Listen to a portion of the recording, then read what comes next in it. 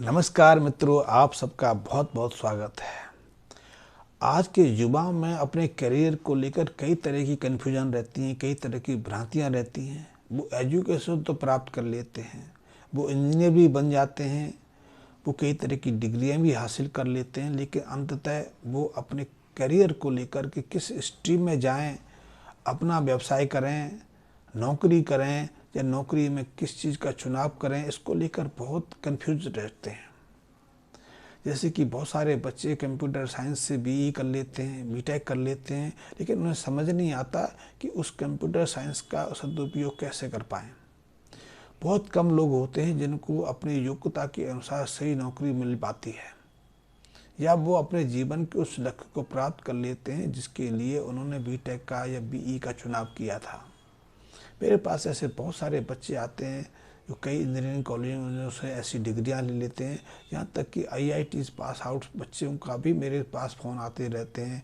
ऐसी जानकारियों की प्रश्न मेरे सामने आते रहते हैं कि वो आगे क्या करें। ये सिर्फ कंप्यूटर साइंस से संबंधित नहीं है।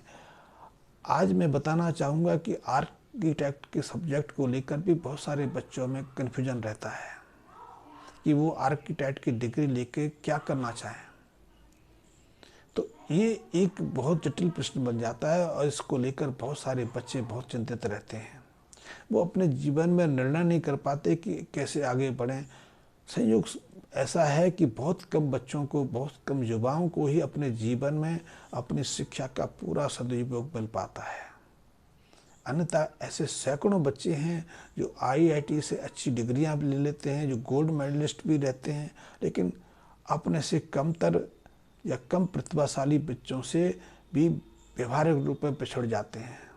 आप ये मत सोचना कि आईआईटी में प्रवेश करने के बाद हर व्यक्ति गूगल ज्वाइन कर लेगा, माइक्रोसॉफ्ट में उसका चुनाव हो जाएगा। कि बहुत कम संयोग रहते हैं, या फिर हर व्यक्ति उस स्थिति को प्राप्त कर लेगा, ये कोई संभव नहीं। और ये भी कोई संभव नहीं कि आईआईटी ही सफलता की गारंटी है। कुछ साधारण से इंजीनियरिंग कॉलेजों के द्वारा ली गई डिग्री के माध्यम से भी ऐसे युवा बहुत अति प्रतिभाशाली पदवी को प्राप्त कर लेते हैं।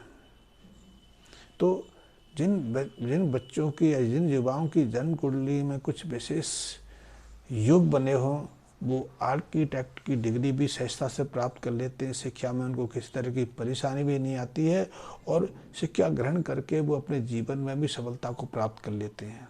जैसे यदि किसी व्यक्ति की जन्म कुंडली में भूमि कारक, मकान कारक शनि और मंगल अच्छी स्थिति में हो, इनको सूर्य और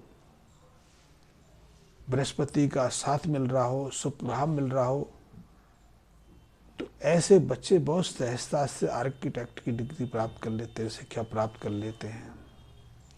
और ऐसे में इन बच्चों की जन्म कुंडली मंगल और राहु की भी अच्छी स्थिति हो, राहु की बजाय यदि केतु अच्छी स्थिति में है, तो ऐसे बच्चों को एकाएक तीव्र सफलताएं मिलती चली जाती हैं। वो आगे बहुत तीव्र गति से आगे बढ़ते हैं। वो बहुत तेजी से दूसरे लोगों से आगे निकल कर सफलता की श्रेणी को प्राप्त कर लेते हैं। मेरे पास ऐसे सैकड़ों युवाओं की जन्म कुंडलियाँ हैं, सैकड़ों मेरे पास उदाहरण हैं जो साधारण परिवार में पैदा हुए, 12वीं क्लास तक पहुँचते पहुँचते उनका कोई ज़्यादा लक्ष्य नहीं था कि वो आईआईटी या ऐसी कुछ कर लें, लेकिन अपने परिश्रम में लगे रहे, आईआईटी तक पहुँचे या इंजीनियरिंग कॉलेजों तक पहुँचे। फिर उनको सहजा विदेश जाने का, विदेश में शिक्षा प्राप्त करने का भी अवसर मिला। इसके पीछे केतु का प्रभाव बहुत चमत्कारिक रहता है कि यदि केतु को चंद्रमा का साथ मिल जाए, केतु का प्रभाव बुध को मिल जाए, तो ऐसे व्यक्तियों की बौद्धिक क्षमता बहुत तीव्र हो जाती है। वो बहुत सारे प्रतियोगिताओं को, बहुत सारे कंपटीशन को सहजता से प्राप्त कर लेते हैं, सफल कर लेते हैं और आगे बढ़ जाते हैं। इसी तरह बहुत सारे बच्चे ऐसे हैं, युवा ऐसे हैं जो ग्रेजुएशन तो कर लेते हैं, उनकी इच्छा रहती है कि वो प्रशासनिक सेवा में जाएं, आईएएस करें, आईपीएस करें, और अच्छी प्रतिभा भी होती है, अच्छी शिक्षा भी प्राप्त की होती है, लेकिन जब वो अंतिम प्रतियोगिता में बैठते हैं तो पूरी परफॉर्मेंस नहीं दे पाते। और ऐसे व्यक्तियों को जब हम केतु को सबल बनाने के कुछ उपाय बता देते हैं, कुछ उपाय करा देते हैं, कुछ ऐसे स्टोन पहनाने के प्रयास करते हैं जिससे कि उनकी जो केतु की को बल मिल जाए, तो वो ऐसी कठिन परीक्षाओं को भी सहजता से प्राप्त कर लेते हैं। तो जो आईएएस आईपीएस जैसी जो प्रशासनिक कंपटीशन है, उनमें सफल होने के लिए सबसे पहले तो हमारे जन्म कुंडली मंगल सूर्य का प्रभावशाली होना बहुत आवश्यक है। और इसके साथ में यदि केतु का सुप्रभाव भी इनको मिल जाए तो ऐसी परीक्षाओं को, ऐसे कंपटीशन को ये युवा सहजता से सफल कर लेते हैं और उनका चुनाव ऐसी उच्च जो पोजीशन वाली जो नौकरियां हैं, पद हैं, उन पर हो जाता है। तो जिन बच्चों को आर्किटेक्ट के क्षेत्र में आगे जाना है और उनकी जन्म कुंडली में मंगल और शनि अच्छी पोजीशन में है, चौथा और पांचवा घर भी प्रभावशाली है, लग्न पर शुभ ग्रहों का प्रभाव है, इसके साथ में बृहस्पति और बुध को भी अच्छा बल मिल रहा है, तो ऐसे बच्चे सहजता से आर्किटेक्ट के क्षेत्र में आगे बढ़ सकते हैं। और ऐसे युवाओं को मेरी परामर्श है कि उनको नौकरी करने की बजाय स्वयं का व्यापार करना चाहिए। शुरू में चाहे वो किसी के साथ मिलकर कर सकते हैं, पार्टनरशिप में कर सकते हैं, या फिर अपने जीवन साथी के साथ मिलकर ही इस व्यवसाय को आगे बढ़ा सकते हैं। क्योंकि जब इन योगों के साथ में शुक्र का प्रवेश हो जाता है तो घर को श्रृंगारित करने के लिए, आर्किटेक्ट डिजाइनिंग करने के लिए ऐसे बच्चों को अपार सफलता मिल जाती है। ये मकान की डिजाइनिंग करने में, सजावट करने में, फर्नीचर की सजावट करने में, और आजकल तो एक बड़ा बिजनेस रियल एस्टेट का है, इसमें भवनों को आकृति देना या भवन निर्मित करना तक ही प्रयास नहीं रहा।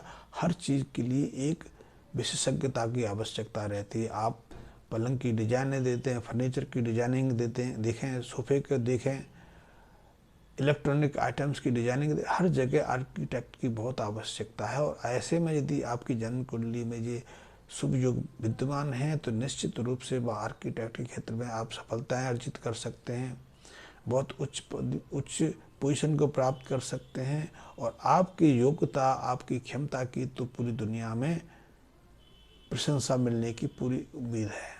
तो ऐसे में यदि आपकी जन्म कुंडली में ऐसे शुभ योग बने हुए हैं, आपने डिग्री भी आर्किटेक्ट की ली है, तो आपको किसी दूसरे क्षेत्र का चुनाव करने की बजाय, किसी की नीचे नौकरी करने की बजाय स्वयं का व्यापार करना अति उत्तम है। वैसे शुरू में चाहो तो कुछ समय अनुभव लेने के लिए किसी के नीचे आप नौकरी कर सकते हैं, लेकिन नौकरी को लक्ष्य बना के अपने जीवन को उसमें स्थापित नहीं करो, अन्यथा आपकी जो योग्यता है, आपकी जो क्षमता है, वो कुंठित होकर रह जाएगी, पूरी तरह से विकसित नहीं होगी जो क्षमता आपके पास परमात्मा ने दी है।